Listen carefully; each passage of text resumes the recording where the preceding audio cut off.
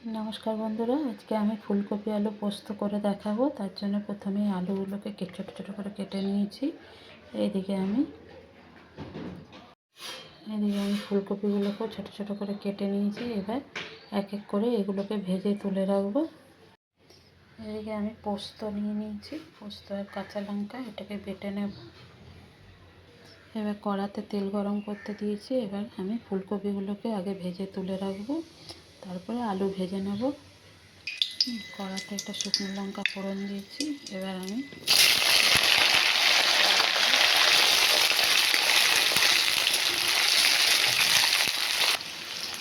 ফুলকপিগুলোকে আমি তুলে নেব।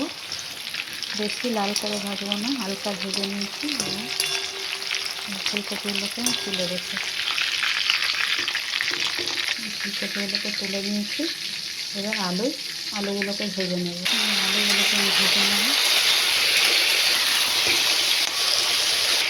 আমি একটু নুন আর হলুদ দিয়ে লাল করে ভেজে নেব। ভাজা হলে তারপরে পোস্তটা আমি দেবো। পোস্তটা এরকম একটু পেস্ট করে নিই। যতক্ষণ মশলাগুলো ভাজা হচ্ছে, আলু একটু ভাজা হবে, একটু লাল করে ভাজা হলে আমি একটা পোস্তটা দিয়ে একটু ভাজা ভাজা করে আমি পোস্তটা পেস্ট করে নিয়েছি।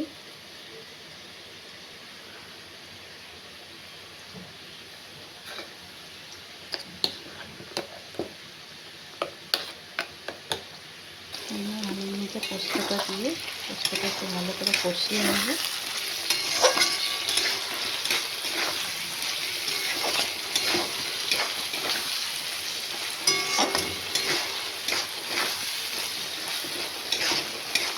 কষানো হলে আমি একটু জল দিয়ে দেবো। ফুলকপিটা আমি পরে দেবো, কারণ ফুলকপিটা এখন থেকে দিলে ঘ্যাট হয়ে যাবে। আমি নামাবার আগে ফুলকপিটাকে লাল করে ভাজা হচ্ছে, নামাবার আগে একটু দিয়ে নাড়াচাড়া করে তারপরে নামাবো। আমি পোস্তটা জল দিয়ে দিয়েছি। এবার একটা ঢাকা দিয়ে সেদ্ধ হতে দেবো।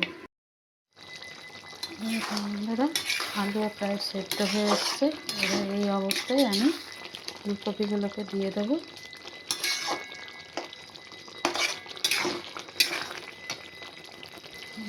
ফুলকপিগুলোকে দিয়ে দিয়েছি।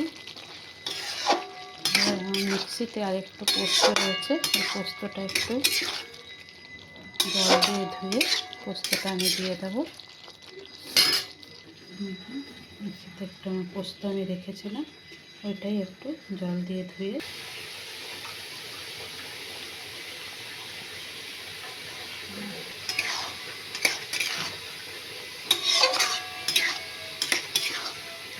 একটু ঢাকা দিয়ে অল্প একটু ঢাকা দিয়ে ভাজা ভাজা হওয়া পর্যন্ত হবে।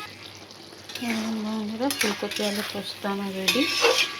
বন্ধুরা, আজকের এই রেসিপিটা আপনাদের কেমন লাগলো ওটা কমেন্ট করে জানাবেন। একটা লাইক, শেয়ার, ফলো, সাবস্ক্রাইব করে পাশে থাকার অনুরোধ রইল। ধন্যবাদ।